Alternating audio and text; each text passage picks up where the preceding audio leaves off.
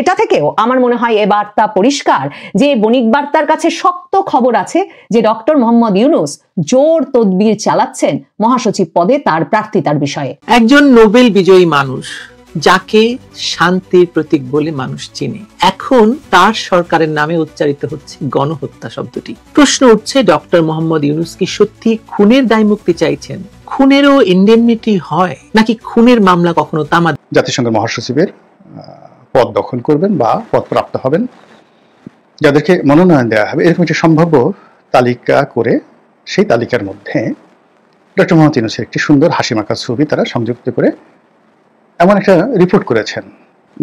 ন্যূনতম 20 থেকে 25% ভোট আওয়ামী লীগ পাবে, ন্যূনতম এটা পাবে। আসসালামু আলাইকুম প্রিয় দর্শক, নতুন একটা ভিডিওতে সবাইকে স্বাগতম। তো ইতিমধ্যেই আপনারা অনেকগুলো ভিডিওর অংশবিশেষ দেখেছেন, তো দেখে নিশ্চয়ই বুঝতে পেরেছেন যে ভিডিওটা কতটা গুরুত্বপূর্ণ এবং আকর্ষণীয় হতে চলেছে। তো চলুন কথা না বাড়িয়ে সম্পূর্ণ ভিডিওটা দেখে আসি।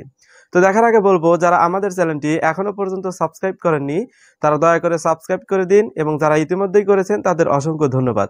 তো চলুন কথা না বাড়িয়ে একটি লাইক দিয়ে সম্পূর্ণ ভিডিওটা দেখে আসি। আসসালামু আলাইকুম রাহমাতুল্লাহি ওয়া বারাকাতুহু। সম্মানিত দর্শক, ডক্টর মোহাম্মদ ইউনূসকে নিয়ে একটি চমকপ্রদ খবর এই মুহূর্তে রীতিমতো ভাইরাল আকারে সামাজিক মাধ্যমে ছুটাছুটি করছে। খবরটি বাংলাদেশের একটি পত্রিকা, দৈনিক বণিক বার্তা।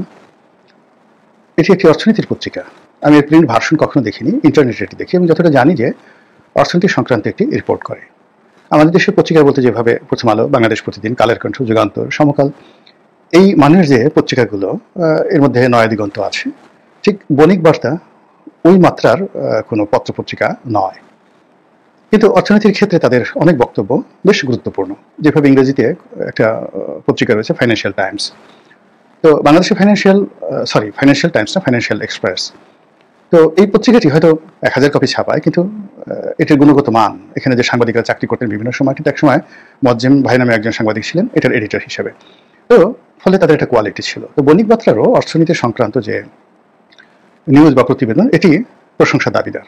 এই পত্রিকাটি গত 1 বছর ধরে সরকার সমর্থক, সরকারকে ঘনিষ্ঠজন, আরও স্পষ্ট করে বলে ডক্টর মোহাম্মদ ইউনূসের একেবারে নেক নজরের বান্দা হিসেবে বেশ পরিচিতি লাভ করেছেন। তো সেই বণিক বার্তাতে ডক্টর মোহাম্মদ ইউনূস সম্পর্কে যে প্রতিবেদনটি ছাপা হয়েছে সেটি হলো, আগামীতে যিনি বা যারা জাতিসংঘের মহাসচিবের পদ দখল করবেন বা পদ প্রাপ্ত হবেন, যাদেরকে মনোনয়ন দেওয়া হবে, এরকম একটি সম্ভাব্য তালিকা করে সেই তালিকার মধ্যে ডক্টর মোহাম্মদ ইউনূসের একটি সুন্দর হাসিমাখা ছবি তারা সংযুক্ত করে এমন একটা রিপোর্ট করেছেন, না ধরি মাছ না ছুঁই পানি। বক্তব্যের মূল প্রতিপাদ্য বিষয় হলো যে ডক্টর মোহাম্মদ ইউনূসকে জাতিসংঘের মহাসচিব পদে নিয়োগ দেওয়ার জন্য জাতিসংঘের কর্তৃপক্ষ, বিশেষ করে আমেরিকান লবিস্ট গ্রুপ, তারা প্রাণান্ত চেষ্টা করছে। বিষয়টি নিয়ে কেউ খোলামেলা আলোচনা করছে না, তাদের দাবি অনুযায়ী খোলামেলা আলোচনা করছে না। এমনকি তারা এটা যে একটা ভুয়া নিউজ, বা এতে যে তাদের কোনো দায় দায়িত্ব নেই, বা তারা যে একেবারে দুধে ধোয়া তেঁতুলের বেশি, স্বাদ ধোয়া তেঁতুলের বেশি, এই জিনিসটা প্রমাণ করার জন্য তারা ডক্টর মোহাম্মদ ইউনূসের যে প্রেস সচিব তার সাক্ষাৎকার দিয়েছেন, যিনি একেবারে সহজ সরল বাংলায় বলে দিয়েছেন যে এটা একটা গুজব, এর কোনো সত্যতা নেই। তারপর তারা এই রিপোর্টটি ছাপিয়েছেন কেবলই মাত্র একটা বায়ু তৈরি করার জন্য, একটা বোম, বাতাসের বোম তৈরি করার জন্য, এবং এটি এই মুহূর্তে ডক্টর মোহাম্মদ ইউনূসের জন্য খুব বেশি দরকার। তো যেটা বলছিলাম যে জাতিসংঘের মহাসচিব যে পদটি, এটি সাধারণত মহাদেশ কেন্দ্রিক হয়, অঞ্চল ভেদে হয়। আমাদের এশিয়া সাবকন্টিনেন্টে, মানে পাক ভারত উপমহাদেশে বার্মার উথ হান্ট একসময় জাতিসংঘের মহাসচিব হয়েছিলেন। এখন যিনি আছেন তারপরে সিরিয়ালি ল্যাটিন আমেরিকা থেকে একজনকে নেওয়া হবে, এটি স্বাভাবিক। তো সেখানে বণিক বার্তা বাংলাদেশের পত্রিকা যেটা বলার চেষ্টা করছেন যে ডক্টর মোহাম্মদ ইউনূসের যোগ্যতা, কার্যকারিতা, তার গ্রহণযোগ্যতা বিশ্বব্যাপী এতটা উচ্চ পর্যায়ে, হিমালয়ের এমন উচ্চতাতে যে জাতিসংঘ প্রতিষ্ঠার পরে যে ঘটনা কখনো হয়নি, অর্থাৎ এখানে আঞ্চলিকতার যে সিরিয়াল, এটি ব্রেক করা হয়নি, যা এই বছর ডক্টর মোহাম্মদ ইউনূসের জন্য ব্রেক হতে পারে, প্রথা ভেঙে যেতে পারে, এবং প্রথা ভেঙে পৃথিবীর প্রয়োজনে, আমেরিকার প্রয়োজনে ডক্টর মোহাম্মদ ইউনূসকে ওই জাতিসংঘের মহাসচিব পদে বসানো হতে পারে। ব্যাস, কেল্লা ফতে। আর আমরা যারা হুজুগে বাঙালি, তারা বলার চেষ্টা করছি, সি সি সি সি আমরা কত খারাপ। আমেরিকা যাকে জাতিসংঘের মহাসচিব হিসেবে বসাতে চান, যিনি বিশ্ব মানবরূপে সারা পৃথিবীকে শাসন করার, সারা পৃথিবীতে শান্তি প্রতিষ্ঠা করার, সারা পৃথিবীর এ প্রান্ত থেকে ও প্রান্তে গণতন্ত্রের জয়গান করার জন্য যোগ্যতা সম্পন্ন তার মতো একজন মহান ব্যক্তিকে আমরা কাদার মধ্যে ঢুকিয়ে যেভাবে ভেদা কাদার মধ্যে তাকে চুবাচ্ছি, তাকে অপমান করছি, লাঞ্ছিত করছি, এটা একটা কাজ হলো? আমরা তাকে একবার এনসিপির গডফাদার বানাচ্ছি, একবার তারে আমরা সুদখোর বলার চেষ্টা করছি, তার বিরুদ্ধে ওয়াজ করছি একবার পক্ষে একবার বিপক্ষে, আবার তাকে এনসিপির যাকে বলা হয় কিংস পার্টির প্রতিষ্ঠাতা বলার চেষ্টা করছি। তিনি ক্ষমতা লোভী, আরো 50 বছর ক্ষমতায় থাকতে চান, এই ধরনের কথাবার্তা আমরা বলার চেষ্টা করছি। অনেকটা রবীন্দ্রনাথের সেই পাত্রী দেখা ঘটনার মতো, অথবা দাঁত থাকতে দাঁতের মর্যাদা না বোঝার মতো। তিনি যখন ক্ষমতায় ছিলেন না, আমরা মনে মনে স্বপ্ন দেখতাম যে এরকম একটা মানুষ যদি বাংলাদেশে ক্ষমতায় আসে, বাংলাদেশে লালে লাল হয়ে যাবে। এবং এটি লাল বিপ্লবের পর বাংলাদেশে সত্যিকার অর্থে আমরা যখন মহামানব ডক্টর মোহাম্মদ ইউনূসকে পেলাম, তখন আমরা তাকে কাজ করতে দিলাম না। খালি ঘানোর একবার যমুনাতে যায়, আবার যাকে বলা হয় তার সাথে দেখা করবে, ও দাবি মিলিয়ে এই লোকটার জীবনটাকে এমনভাবে আমরা হারাম করে দিলাম। এই লোক যে সারা পৃথিবীতে 3-0 থিওরি দিয়ে সারা পৃথিবীকে মাত করেছে, ওই 3-0 থিওরির একটা শূন্য যদি বাংলাদেশে তিনি প্রয়োগ করতে পারতেন, তাহলে বাংলাদেশের দারিদ্র বিমোচন হয়ে যেত। এবং তিনি সেটা চেষ্টা করেছিলেন, আমরা সেই কাজটাকে নিতে পারিনি। যেমন দারিদ্র বিমোচন, তো দারিদ্র বিমোচনের জন্য গ্রামীণ ব্যাংককে শক্তিশালী করতে হবে, এবং গ্রামীণ ব্যাংকের কল্যাণে তো তিনি শান্তি পুরস্কার পেয়েছেন। এই জন্য শেখ হাসিনার জমানাতে গ্রামীণ ব্যাংককে যেভাবে ডলা দেওয়া হয়েছিল, যেভাবে গ্রামীণ ব্যাংকে তছনছ করে দেওয়া হয়েছিল, এর অবকাঠামো শেষ করে দেওয়া হয়েছিল। একজন নোবেল বিজয়ী মানুষ যাকে শান্তির প্রতীক বলে মানুষ চিনে, এখন তার সরকারের নামে উচ্চারিত হচ্ছে গণহত্যা শব্দটি। প্রশ্ন উঠছে, ডক্টর মোহাম্মদ ইউনূস কি সত্যি খুনের দায় মুক্তি চাইছেন? খুনেরও ইন্ডেমনিটি হয় নাকি খুনের মামলা কখনো তামাদি হয়? চলুন দেখা যাক ইউনূস কিভাবে খুনের ইন্ডেমনিটি চাইছেন। 8ই আগস্ট পর্যন্ত বাংলাদেশে যা ঘটেছে তাকে কেউই স্বাভাবিক রাজনৈতিক অস্থিরতা বলতে পারবে না। সেটি ছিল পরিকল্পিত ধ্বংসযজ্ঞ। অসংখ্য মানুষ নিহত, হাজার হাজার আহত, অগণিত বাড়িঘর পুড়িয়ে ছাই করে দেওয়া হয়েছে। মুক্তিযুদ্ধের প্রতীক ধানমন্ডি 32 নম্বরের বঙ্গবন্ধু ভবন পর্যন্ত আগুনে জ্বলে গেছে এবছরই। তবু ডক্টর ইউনূসের অন্তর্বর্তী সরকার 14 অক্টোবর যে প্রজ্ঞাপন জারি করলো, তাতে বলা হলো এই সময়ের মধ্যে সংঘটিত কোনো হত্যাকাণ্ড, অগ্নিসংযোগ, লুট, ধর্ষণ বা নির্যাতনের ঘটনায় মামলা করা যাবে না, সবাই দায়মুক্ত, অর্থাৎ ইন্ডেমনিটি দেওয়া হলো। এই প্রজ্ঞাপনকে বলা হচ্ছে জুলাই সনদ। কিন্তু এই সনদ আসলে এক ধরনের ইন্ডেমনিটি তো বটেই, একটি বৈধতার ছদ্মবেশে দেওয়া ক্ষমা, যা খুনিদের জন্য আশ্রয়দাতা আর নির্যাতিতদের জন্য দ্বিতীয় দফা শাস্তি। বাংলাদেশে ইন্ডেমনিটির ইতিহাস নতুন নয়। বঙ্গবন্ধু হত্যার পর জিয়াউর রহমান যেভাবে খুনিদের রক্ষা করেছিলেন, 2003 সালে বিএনপি জামায়াত জোট সরকারও অপারেশন ক্লিন হার্ট অভিযানের মাধ্যমে নির্যাতনের দায় থেকে আইন শৃঙ্খলা বাহিনীকে রেহাই দিয়েছিল। ইতিহাসে দেখা গেছে এসব দায় মুক্তির আইন টেকে না, শেষ পর্যন্ত বাতিল হয় আর বিচার ফিরে আসে। তাহলে ডক্টর ইউনূস ভাবছেন কি করে যে একটিমাত্র জুলাই সনদ তাকে এবং তার মিত্রদেরকে রক্ষা করবে? ক্ষমতার পালাবদল মানেই বিচার প্রক্রিয়ার নতুন দিক নির্দেশনা। ইতিহাস তাই তো বলে। বঙ্গবন্ধু হত্যার বিচারের মতো আগস্টের এই হত্যাযজ্ঞের বিচারও সময়ের অপেক্ষা মাত্র। গত 13 মাসে ইউনূস সরকারের অধীনে রাজনৈতিক সহিংসতা বাংলাদেশের সর্বকালের রেকর্ড ভেঙেছে। বিভিন্ন মানবাধিকার সংস্থার হিসাবে অন্তত 1218টি সহিংস ঘটনার মধ্যে 280 জন নিহত, 8200 জন আহত হয়েছে। বিএনপি জামায়াত জোটের মধ্যকার অভ্যন্তরীণ সংঘর্ষেই মৃত্যু হয়েছে 88 জনের। কিন্তু এই সংখ্যা কেবল পরিসংখ্যান নয়, এটি সেই সরকারের নৈতিক ব্যর্থতার দলিল যে সরকার শান্তি নয় প্রতিশোধকে নীতি হিসেবে গ্রহণ করেছে, এবং তা ডক্টর ইউনূসের সরকার। পুলিশ হত্যা ছিল এই প্রতিশোধের সবচেয়ে ভয়াবহ উদাহরণ। 2024 সালের 5 থেকে 8ই আগস্ট পর্যন্ত সারা দেশে 500টিরও বেশি থানায় হামলা হয়েছে, নির্বিচারে পুলিশ সদস্যদের হত্যা করা হয়েছে। বিভিন্ন সূত্র বলছে নিহত পুলিশ সদস্যদের সংখ্যা 3000 ছাড়িয়েছে, যদিও সরকার বলছে মাত্র 46 জন। শুধু পুলিশ নয়, আওয়ামী লীগ এবং মুক্তিযুদ্ধপন্থী রাজনীতিকদের উপর নেমে এসেছিল এক দুঃস্বপ্ন। প্রায় 4 লাখ নেতাকর্মী এখনো বন্দী, হাজার হাজার মানুষ নিখোঁজ। এই সহিংসতা কেবল রাজনৈতিক প্রতিশোধ নয়, এক গভীরভাবে পরিকল্পিত সামাজিক প্রকৌশল অথবা বলতে পারেন সোশ্যাল ইঞ্জিনিয়ারিং। এর লক্ষ্য মুক্তিযুদ্ধের আদর্শ এবং ইতিহাস মুছে ফেলা, আগুনে জ্বালিয়ে দেওয়া ভাস্কর্য, মন্দির, মিউজিয়াম, প্রশাসনিক ভবন তাই সাক্ষ্য দেয়। জাতির জনকের স্মৃতি বহনকারী ধানমন্ডি 32ও রক্ষা পায়নি এদের হাত থেকে। 5ই আগস্ট এখানেই পোড়া 4টি দেহ পাওয়া যায়, যার 3টি শিশু বলে সন্দেহ করা হয়।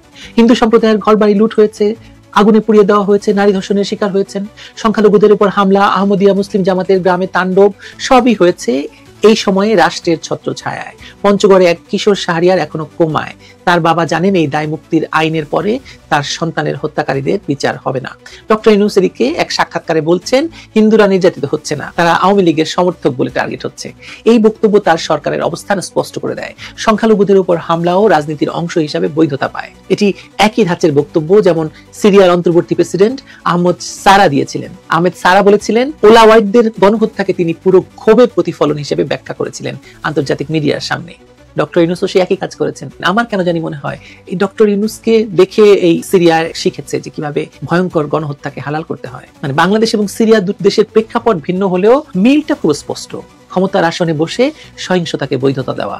পার্থক্য হলো সিরিয়ার সারা অন্তত বলেছেন অপরাধী যেই হোক শাস্তি পাবে, কিন্তু ডক্টর ইউনূস উল্টো রাষ্ট্রীয়ভাবে তাদের দায় মুক্তি দিয়েছেন। আজকের বাংলাদেশে যে দৃশ্য দেখা যাচ্ছে তা কোনো গণতান্ত্রিক রাষ্ট্রের নয়, বরং একটি নিষ্ঠুর পরীক্ষাগারের। সেখানে ন্যায় বিচারের দরজা বন্ধ, সংবাদ মাধ্যম স্তব্ধ, আর ভয় একমাত্র শাসক। মানুষ জানে থানায় গেলে মামলা হবে না, মামলা নেবে না, উল্টো গ্রেপ্তার করতে পারে। যারা প্রাণ হারিয়েছে তাদের পরিবার জানে বিচার চাইতে গেলে নিজেরাই টার্গেট হবে। এই ইন্ডেমনিটি শুধু একটি আইনি দলিল নয়, একটি রাষ্ট্রীয় সিলমোহর দেওয়া বর্বরতার স্বীকৃতি। ইউনূস সরকারের সমর্থকরা এটিকে বিপ্লবের অর্জন বলে আখ্যা দিচ্ছেন। তারা বলছে জুলাই অভ্যুত্থান পুরনো ফ্যাসিস্ট শাসনের পতন ঘটিয়েছে, তাই আন্দোলনে অংশ নেওয়া কেউ অপরাধী নয়। কিন্তু প্রশ্ন হলো, যে আন্দোলনের নামে 1200 পুলিশ, হাজার হাজার সাধারণ মানুষ, সংখ্যালঘু নারী, শিশু নিহত হলো, তার দায় কে নেবে? গণ আন্দোলনের নামে গণহত্যা ঘটলে সেটি আন্দোলন নয়, সেটি জাতির বিবেকের হত্যাকাণ্ড, সেটি একটি জাতিকে হত্যাকাণ্ডের মতো ঘটনা। অতীতের প্রতিটি দায় মুক্তির উদাহরণই বলে এগুলো আসলে কখনো টেকেনি। 1975 সালে ইন্ডেমনিটি আইন বাতিল হয়েছে। 2003 সালের অপারেশন ক্লিন হ্যান্ড ইন্ডেমনিটিও আদালত থেকে অবৈধ ঘোষিত হয়েছে, যেটা আমি আগে বললাম। তারপরও ইতিহাসের প্রতি উদাসীন শাসকরা একই ভুল বারবার করছে, ইউনূস যেমন করছেন। আজ জুলাই সনদ সেই পুরনো পাপের নতুন সংস্করণ। মুক্তিযুদ্ধ বিরোধী শক্তি জামায়াত, এনসিপি আর ডক্টর ইউনূসের রাজনৈতিক জোট এই সনদকে ঢাল বানিয়েছে, কিন্তু এই ঢাল সময়ের ঝড়ে টিকবে না, কারণ ক্ষমতা কখনো স্থায়ী নয়, আর গণহত্যার দায় কখনো মুছে ফেলা যায় না। আজ বাংলাদেশের বিভাজন এমন পর্যায়ে পৌঁছেছে যে ইউনূস আমলে রাজনৈতিক শত্রুতা এখন গ্রাম পর্যন্ত গিয়ে থেমেছে। মানুষ মানুষকে পোড়াচ্ছে, প্রেশার গ্রুপ নামে সংগঠিত মবরা রাষ্ট্রীয় প্রশ্রয় লুট, আগুন হত্যা চালাচ্ছে। এই যে আগুনের সংস্কৃতি ইউনূস শুরু করেছেন, সেটি একদিন তার নিজের ঘরও পুড়িয়ে দেবে। তিনি বাঁচাতে পারবেন না, কারণ যে রাষ্ট্র নিজের নাগরিকদের রক্তের উপর দাঁড়ায় তার ভিত কখনো স্থায়ী হয় না। শান্তিতে নোবেল পাওয়া ডক্টর ইউনূস একসময় বলেছিলেন, দরিদ্র মানুষরাই আমার শিক্ষক। আজ তার সরকারের কর্মকাণ্ড সেই শিক্ষার সব মূল্যবোধকে মাটিতে মিশিয়ে দিয়েছে। তিনি ক্ষমতার নিরাপত্তার জন্য আইন করে খুনিদের মুক্তি দিচ্ছেন, অথচ একজন সত্যিকারের নেতা বুঝতেন ন্যায় বিচার বিলম্বিত হলে সমাজে শান্তি থাকে না। সিরিয়ার প্রেসিডেন্ট সারার মতো তিনিও হয়তো ভেবেছেন কিছু রক্তপাত জাতি গঠনের অংশ, কিন্তু জাতি গঠিত হয় রক্তে নয়, ন্যায় বিচারে। আজ বাংলাদেশের প্রতিটি পরিবারে ভয়, ক্ষোভ, অনিশ্চয়তা। সংখ্যালঘুরা মনে করছে তাদের রক্ষা করার কেউ নেই। সাধারণ মানুষ জানে এই সরকার আর আইন কেবল ক্ষমতাসীনদের ঢাল, আর বাকি সবার জন্য ফাঁসির দড়ি। বাংলাদেশের ইতিহাস প্রমাণ করে কোনো অপরাধের বিচার চিরকাল বন্ধ রাখা যায় না। যুদ্ধাপরাধের বিচার তো হয়েছে বাংলাদেশে, বঙ্গবন্ধুর হত্যার বিচার তো হয়েইছে। এই হত্যাকাণ্ডেরও বিচার হবে। বিচার করতে হয় সময় নিয়ে, প্রমাণ নিয়ে, সাহস নিয়ে। এখন হয়তো মিডিয়া স্তব্ধ, আদালত নিয়ন্ত্রিত, মানুষ ভীত, কিন্তু ন্যায়ের প্রবাহ কেউ চিরকাল আটকে রাখতে পারবে না। ডক্টর ইউনূস হয়তো এখন নিরাপদ ভাবছেন নিজেকে, হয়তো মনে করছেন এই দায় মুক্তি তাকে বাঁচাবে, কিন্তু ইতিহাস জানে দায় এড়ানোর আইন টিকে না। বঙ্গবন্ধুর খুনিরা ভেবেছিল তারাও বেঁচে যাবে, কিন্তু তারা বাঁচেনি। ডক্টর ইউনূস হয়তো মনে করছেন ইন্ডেমনিটি তাকে বা তার সহযোগীদের রক্ষা করবে, কিন্তু তিনি ভুল করছেন। গণহত্যার দায় আইন নয়, সময় বিচার করে, একদিন আদালতে নয়, ইতিহাসের পাতায় প্রশ্ন লেখা থাকবে একজন নোবেল বিজয়ী কিভাবে খুনিদের রক্ষা করেছিলেন। বাংলার মানুষ অনেক ধৈর্য ধরে, কিন্তু ভুলে না। ইন্ডেমনিটি টিকবে না আসলে। আবারও বলি, বিচার হবেই, আর যতদিন যাবে সেই ফাঁসির দড়িটাই যেন একটু একটু করে এগিয়ে আসতে থাকবে। আপনারা দেখবেন এই বিচার হবে এবং খুব দ্রুতই হবে। ভালো থাকবেন সবাই। লালমনিরহাটের বিমান ঘাঁটি আবার সক্রিয় করতে যে বাংলাদেশ সেনাবাহিনী কতটা গুরুত্ব দিচ্ছে, এবং সেই বিমান ঘাঁটিতে যে বাংলাদেশ সেনাবাহিনী, বাংলাদেশের সশস্ত্র বাহিনী নতুন করে সংগৃহীত এই জে-10 বিমানগুলো রাখবার ব্যবস্থা করছে, সেটা সম্প্রতি জেনারেল ওয়াকারুজ্জামান যখন লালমনিরহাট বিমান ঘাঁটি আবারও সক্রিয় করার অগ্রগতি দেখতে সেখানে গেলেন, তখনও সংবাদ মাধ্যমে বেরিয়ে এসেছিল যে এই বিমান ঘাঁটিতেই নাকি চীন এবং পাকিস্তানের কাছে থাকা জে-10 যুদ্ধ বিমান বাংলাদেশ সংগ্রহ করলে এই বিমান ঘাঁটিতেই, মানে ভারতের চিকেন নেক থেকে 20 কিলোমিটার দূরের এই বিমান ঘাঁটিতেই সেই বিমানগুলো রাখা হবে। সেনাবাহিনীর দ্বিতীয় সর্বোচ্চ কর্মকর্তা জেনারেল সাহির শামসাদ মির্জা, পাকিস্তানের জয়েন্ট চিফ অফ স্টাফ কমিটির চেয়ারম্যান জেনারেল সাহির শামসাদ মির্জা বাংলাদেশ সফর করছেন। এই খবরটি ভারতে যে যথেষ্ট উদ্বেগ এবং অস্বস্তি তৈরি করেছে, ভারতের সংবাদ মাধ্যম কোনো রকম প্রায় রাগঢাক না করেই সেই খবর প্রকাশ করছে। আমি যেমন পশ্চিমবঙ্গের একটি পত্রিকায় দেখছিলাম যে সেখানে শিরোনাম হয়েছে, দিল্লির ঘুম কেড়ে শুক্র রাতে ঢাকায় পৌঁছচ্ছেন পাকিস্তানের দ্বিতীয় শীর্ষ সেনা কর্তা। ফিল্ড মার্শাল আসিম মুনির, পাকিস্তানের সর্বোচ্চ ক্ষমতাধর ব্যক্তি সেনাপ্রধান আসিম মুনিরের পরবর্তীতেই যার অবস্থান জেনারেল শাহির শামসাদ মির্জা, তিনি মূলত ফিল্ড মার্শাল আসিম মুনির যেই বিষয়টিতে অত্যন্ত গুরুত্ব দেন যে বিশ্বের মুসলিম দেশগুলোর একটা আলাদা প্রতিরক্ষা নীতি এবং তাদের মধ্যকার নিজস্ব একটা প্রতিরক্ষা জোট, সামরিক জোট, এবং সেখানে পাকিস্তানের একটি কেন্দ্রীয় ভূমিকা, সেই বিষয়টির দেখভাল করেন এই পাকিস্তানের এই দ্বিতীয় সেনা কর্মকর্তা শাহির শামসাদ মির্জা। এবং তিনি 1 বছরেরও কম সময়ের মধ্যে Iraq, Kuwait, Azerbaijan, Jordan, Saudi Arab সহ বিভিন্ন মুসলিম দেশগুলো সফর করবার পর গত বছর ডিসেম্বর থেকেই বাংলাদেশ সফরের আগ্রহ প্রকাশ করে আসছিলেন। এরপর অবশেষে এই সফরটি ঘটতে পারল। 2024-এর 5ই আগস্টের পর বাংলাদেশে ডক্টর ইউনূস ক্ষমতা নেওয়ার পর যেটা সবচেয়ে বড় পররাষ্ট্র এবং প্রতিরক্ষা নীতির পরিবর্তন, সামরিক নীতির পরিবর্তন, সেটা হচ্ছে যে বাংলাদেশের সঙ্গে 3 দিকে সীমান্ত যেই দেশের, ভারতের সঙ্গে শেখ হাসিনা যে এক রকমের নিঃশর্ত মৈত্রীর বন্ধনের গড়ে তুলেছিলেন এবং সেই বিশ্বাস এবং মৈত্রীর উপর ভিত্তি করে বাংলাদেশ তার সামরিক কৌশল, প্রতিরক্ষা কৌশল নির্ধারণ করেছিল যে দুটো বন্ধু রাষ্ট্র তারা লড়াই করবে না, এবং সেটা মাথায় রেখে পুরো প্রতিরক্ষা কৌশলটা সাজিয়েছিলেন। ভারতের সঙ্গে সেই নিঃশর্ত মানে প্রতিরক্ষা কৌশলে একটা ভারসাম্য আনতে তিনি চীনের সঙ্গেও বন্ধুত্ব করছিলেন, চীন থেকে সাবমেরিন কিনছিলেন, সেটা ভারতকে অস্বস্তিতে ফেলছিল এবং ভারতকে উদ্বিগ্ন করছিল, রুষ্ট করছিল, সেটাও তখন ভারতীয় সংবাদ মাধ্যমে আসছিল বটে। কিন্তু কখনো শেখ হাসিনার সময়ে পাকিস্তানের সঙ্গে বাংলাদেশের কোনো সামরিক প্রতিরক্ষা সম্পর্ক, এমনকি কোনো কূটনৈতিক সম্পর্ক খুব কার্যকর হয়ে উঠতে পারেনি। ভারতের অস্বস্তির কারণে পাকিস্তানের সঙ্গে শেখ হাসিনার 1.5 দশকে সম্পর্ক একেবারে তলানিতে গিয়ে ঠেকেছিল।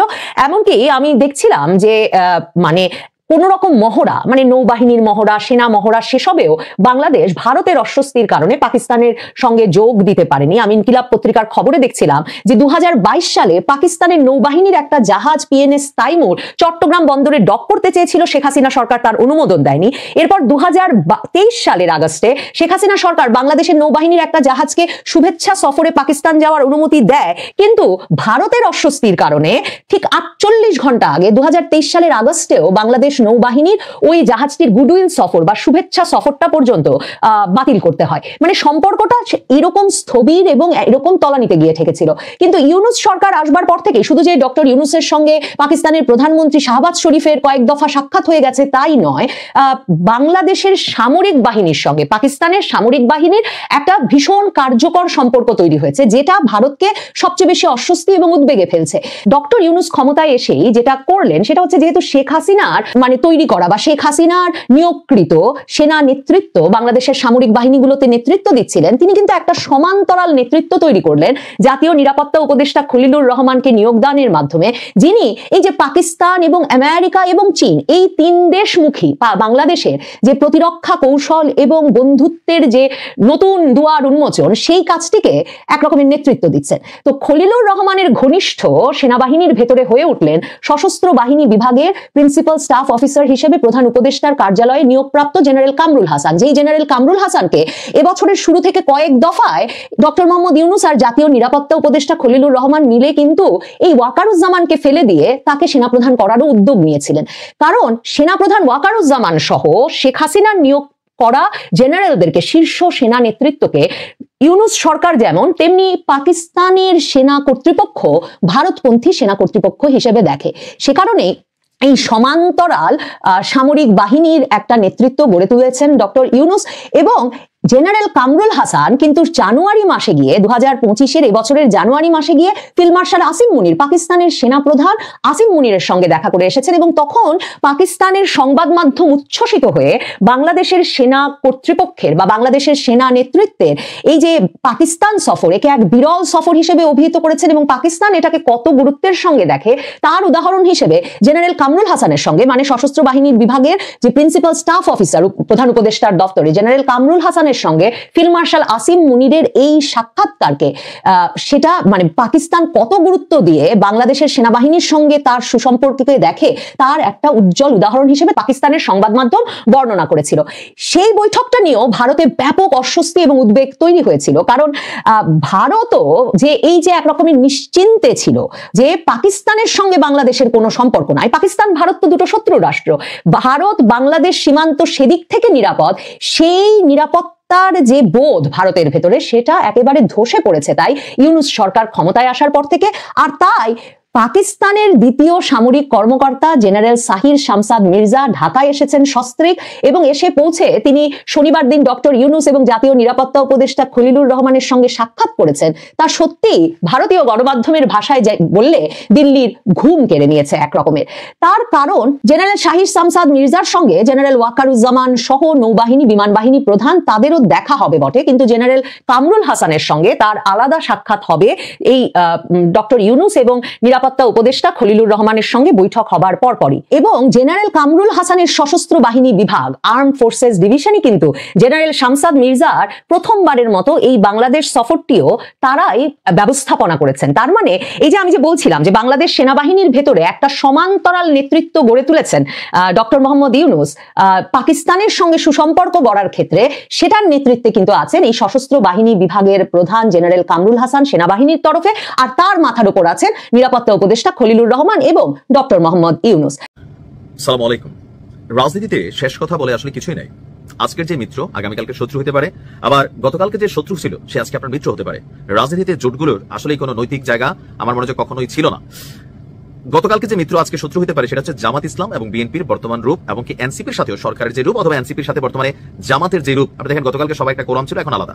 আবার সবার সাথে যার সবচেয়ে বড় শত্রুতা ছিল সেটা হচ্ছে বাংলাদেশ আওয়ামী লীগ। আওয়ামী লীগের নামে শুনলেও যাদের গায়ের মানে পশম দাঁড়াই যেত বা মানে কি বলা হয় পারানা গুলি করে মারা ফেলাইতো, সেই আওয়ামী লীগকে নিয়ে এখন পলিটিকের মানে রাজনীতির পলিটিক্সের পার্ট 2 চলতেছে। একটাই কারণ, এখানে অন্য কিছু না, এখানে আসলে ভালোবাসা কিছু না। দরকার হচ্ছে যে আওয়ামী লীগের যে ফ্লোটিং ভোট, চোখ বন্ধ করে বাংলাদেশে এখনো আপনি একদম যতই ফেসিস্ট বলেন স্বৈরাচার বলেন, ন্যূনতম 20 থেকে 25% ভোট আওয়ামী লীগ পাবে, ন্যূনতম এটা পাবে। তো এই যে ভোটাররা তারা কোথায় ভোট দেবে? কেউ কেউ বলছেন জাতীয় পার্টিতে, কেউ বলছেন যে জামাত তলে তলে সেটআপ দিচ্ছে, কেউ বলছেন বিএনপি। তবে এই ইদানিং সময়ে বিএনপির কিছু কিছু বক্তব্য, যদি এটা তাদের দলীয় বক্তব্য না, নেতাদের বক্তব্য, এখন নেতারাও তো এক একজন এক একটা পোস্টে আছেন, তবে তাদের বক্তব্যগুলো আসলে কতটুকু যৌক্তিক কতটুকু সঠিক সেটা বিচারের দায়িত্ব হচ্ছে জনগণের। আপনার ঠাকুরগাঁয়ের যিনি সদর উপজেলা বিএনপির সভাপতি আব্দুল হামিদ আছেন, তিনি একটা আহ্বান জানিয়েছেন।